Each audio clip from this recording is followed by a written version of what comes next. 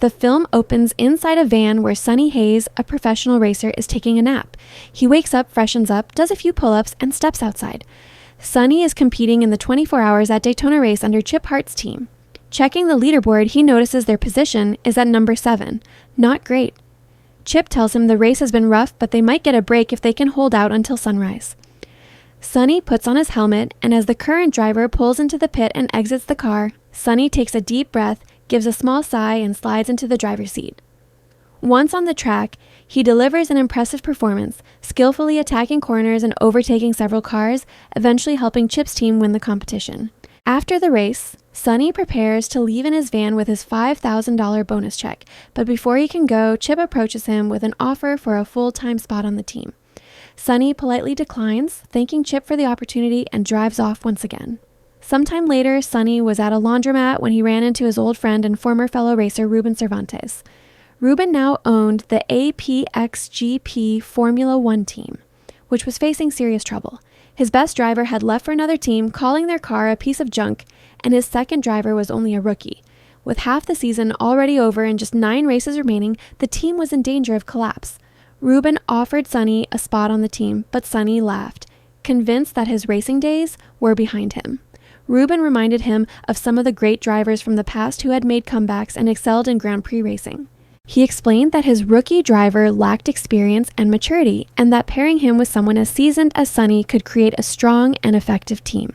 Sonny, having been following the season, insisted that the problem lay not with the drivers but with the car, which he considered a real underperformer. Ruben assured him that a major upgrade package was scheduled for the upcoming weekend, yet Sonny remained hesitant. Ruben then showed Sonny a magazine with a cover photo featuring the two of them from their earlier racing days, implying that the man in the picture would have seen this as an opportunity. Convinced by Ruben's persistence and out of loyalty to his old friend, Sonny ultimately agreed to join the team and accepted the first-class ticket to London. Meanwhile, on the other side, Joshua, the team's rookie driver, was testing their newly upgraded Formula One car on the track. During the run, he managed to break records at 2 sections of the circuit, but his speed dropped noticeably at 2 other points. After completing the lap, he brought the car back to the pit lane, where the technical director, Kate, asked for his assessment. Joshua reported that the car was understeering through the slower corners and oversteering in the faster ones, leaving him uncertain about what exactly was wrong. Frustrated, he pointed out that despite the car being equipped with thousands of sensors, the team still couldn't pinpoint the issue. Kate, the team's engineer, responded calmly, reminding him that she wasn't the one driving on the track and that his feedback was essential in helping her identify and resolve the problem. Soon after, Joshua's manager and cousin, Cash, informed him that the rumors were true. Ruben was in serious trouble and might be forced to sell the team. The potential new buyers were expected to restructure the entire operation, which would likely mean replacing most of the current members, including Joshua himself. Feeling the weight of this news, Joshua was pressured by Cash to prove himself as the team's number 1 driver. The conversation left Joshua tense, with a sense of mounting pressure building inside him. Moments later, Ruben arrived at the facility. The team principal, Casper, gathered everyone together and delivered a motivational talk, reminding them that their future awaited out on the track. As he looked outside, he was caught by surprise to see Sonny arriving. Ruben stepped forward to greet his old friend warmly and introduced him to the rest of the team. Joshua, curious and slightly irritated, noticed Sonny holding a helmet and questioned his presence. Ruben clarified that Joshua's position was secure and that Sonny was only there for an evaluation run. Joshua, unimpressed, questioned the point of auditioning someone who hadn't won a race in years. Casper quietly pulled Ruben aside and expressed concern, reminding him that this was already the 7th veteran driver they had tested. Ruben corrected him, saying Sonny was actually the 9th. Casper protested, explaining that they had already used up their final test day and that out of respect for the rules, they couldn't run another driver. Ruben, however, insisted that this time was different. It wasn't Sonny who was being tested, but rather the team itself. Sonny examined the car closely, asking a few technical questions. Kate mentioned that none of the 8 previous drivers had been able to identify the car's main issue. Sonny responded calmly, implying that perhaps he might be the 9th who could. Joshua then stepped in, warning him about the car's tricky balance, especially in certain corners, and implying that the test might be too much for him.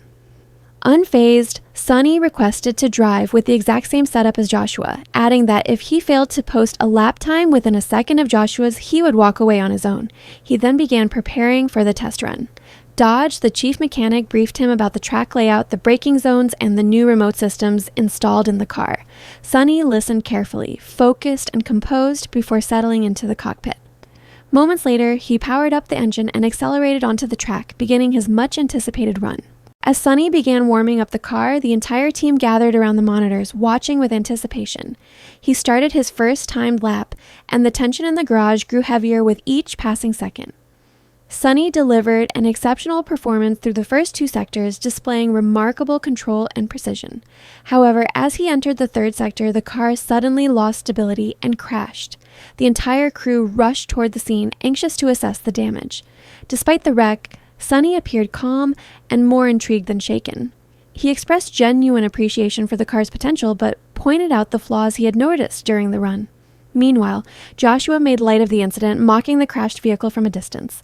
Ruben asked for Sonny's lap time, and Kate informed him that Sonny had successfully passed his own self-imposed challenge by a margin of 0.05 of a second. Later, Joshua met his mother and expressed his worry that he might lose his place if he failed to win soon. He also mentioned Sonny's arrival, which added to his unease. His mother encouraged him to focus on his own game and reminded him of his father's words, that real strength comes from patience and discipline. Sonny finally met the entire APXGP organization during a press conference, where reporters revisited his troubled past. Once a promising racer for the Lotus team, his career had been cut short after a devastating crash at the Spanish Grand Prix. In the years that followed, he had fallen into gambling and endured 3 failed marriages. Facing the questions calmly, Sonny acknowledged his mistakes without hesitation and quietly left the conference. The next morning, Sonny woke up early, went through his routine of exercises and stretches, and spent time studying the new car systems and controls. Afterwards, he headed to the training track for a run to keep himself in shape. A few hours later, Joshua arrived and asked Dodge when Sonny had shown up. Dodge replied that Sonny had been there even before him. Hearing this, Joshua simply gave a faint smile and walked away. In the restroom, Joshua's mother advised him to apologize to Sonny for his earlier behavior. Though reluctant at first, Joshua eventually agreed and approached Sonny to make amends. Sonny accepted the apology graciously, sensing that Joshua's attitude came from insecurity rather than arrogance. He reassured him that it was natural to feel competitive. As the race was about to begin, the entire arena buzzed with excitement. The stands were packed with fans, the media filled the sidelines, and every team prepared for the start. Sonny stood ready in his gear, focused and calm. Before the race, Ruben introduced him to Peter, an influential board member he described as his eyes and ears within the organization. Peter admitted he was a fan of racing despite knowing little about its technicalities. He wished Sonny luck. Before the first major race, Sonny encountered an apparent problem when his car stalled just before reaching the starting line. He appeared to struggle to find the start button, but in reality, it was a calculated move, allowing his tires to stay warm by the time the race officially began. The strategy worked in his favor, and as the lights went out, Sonny launched forward, swiftly overtaking several cars within the opening laps. Meanwhile, Joshua's race took an unfortunate turn during his pit stop, where a mistake by the crew caused a costly delay. Shortly afterwards, Sonny also came in for his tire change, and the two drivers found themselves back on track, locked in a heated battle. Neither was willing to yield, and the tension escalated when Sonny refused to give Joshua room to pass. Their fierce rivalry reached its breaking point when the two cars made contact, crashing into each other, turning what was already a difficult race for APXGP into a complete disaster. Back in the garage, Sonny and Joshua exchanged heated words, their frustration spilling over after the crash. Casper quickly intervened, stepping between them before the argument could escalate further. Later, Joshua approached Sonny again, insisting that he wouldn't bow to him or treat him with the kind of respect given to a veteran racer, emphasizing how hard he had worked to earn his position. At that moment, the PR team arrived to take photos for the media, and Joshua began posing confidently in front of the cameras.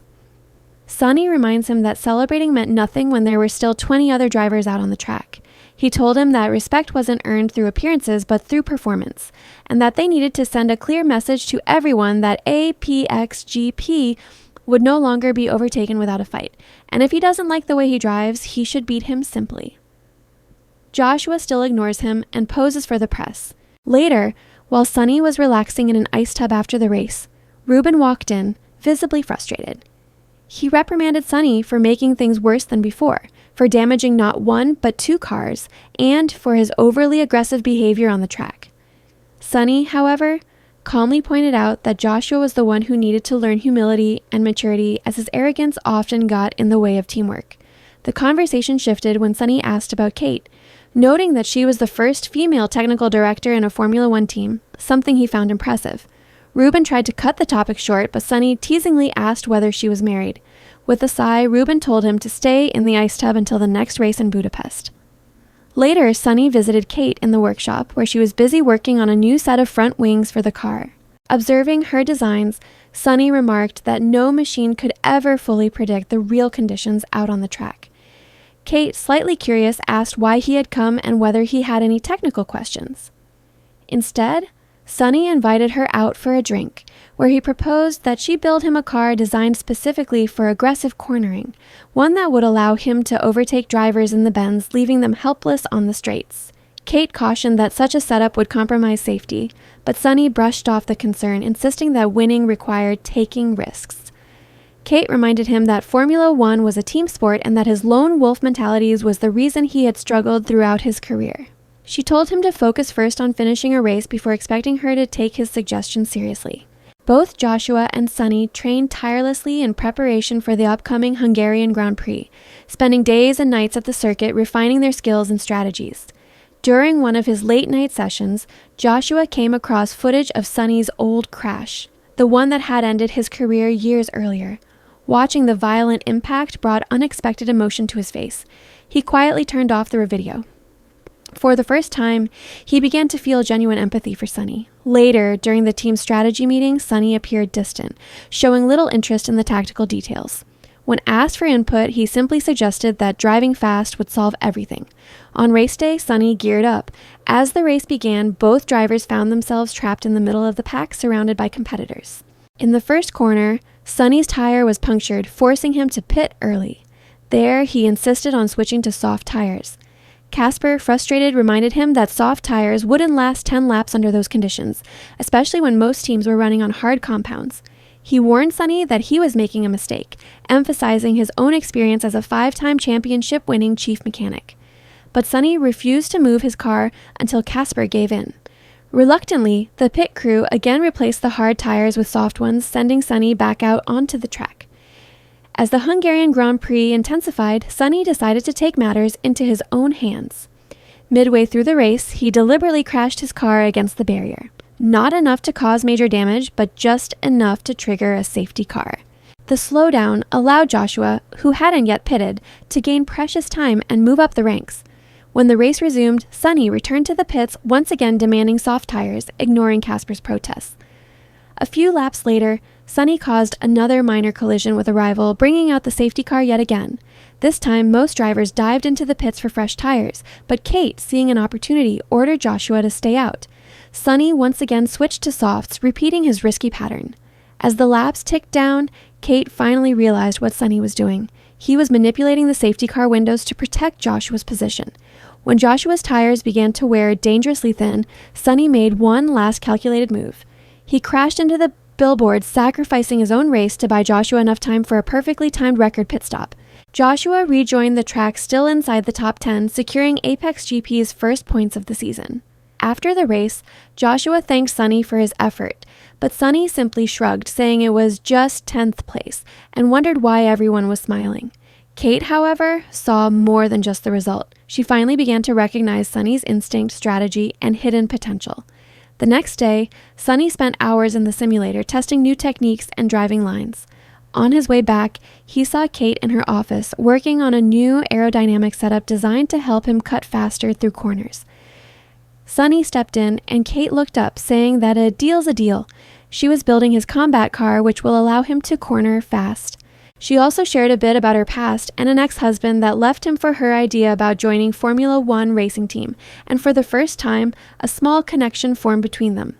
The next day, Kate and Dodge joined Sonny for a morning run, while Casper appeared on a TV show where rival teams criticized Sonny's racing tactics and questioned if Apex GP had no strategy left to win. The following day, during a team meeting, Sonny said that since everyone considered him reckless, all focus would be on him, giving Joshua the perfect edge to win the race. Joshua agreed with the plan. The next day, APXGP performs well until Joshua attempts to overtake Max Verstappen, ignoring Sonny's warning to wait for the right moment. He crashes into a barrier, and his car bursts into flames. Sonny rushes to the scene and pulls Joshua out before the fire spreads. At the hospital, Bernadette lashes out at Sonny, blaming his guidance for Joshua's crash and injuries. While Joshua recovers, Sonny focuses on promoting the team and performs better in the following races. Joshua returns for the Belgian Grand Prix but pushes too hard and collides with Sonny, reigniting tensions between them. That night, Kate tricks both into attending a poker game at a club to ease the tension. After some playful banter, Joshua wins and gains favored status for the remaining races. Later, Sonny reveals to Kate that he intentionally let Joshua win. The two share a quiet moment afterward and end up sleeping together. Ruben finds Sonny and Kate to inform them that an anonymous complaint has been filed about the materials used in Sonny's car. The FIA orders the team to remove the upgrades, a move that practically ruins their chances. In the next race, fueled by anger and frustration, Sonny clashes with Sergio Perez and crashes badly. He's taken to the hospital, where Ruben visits him and confronts him for hiding the true extent of his old Spanish Grand Prix injuries.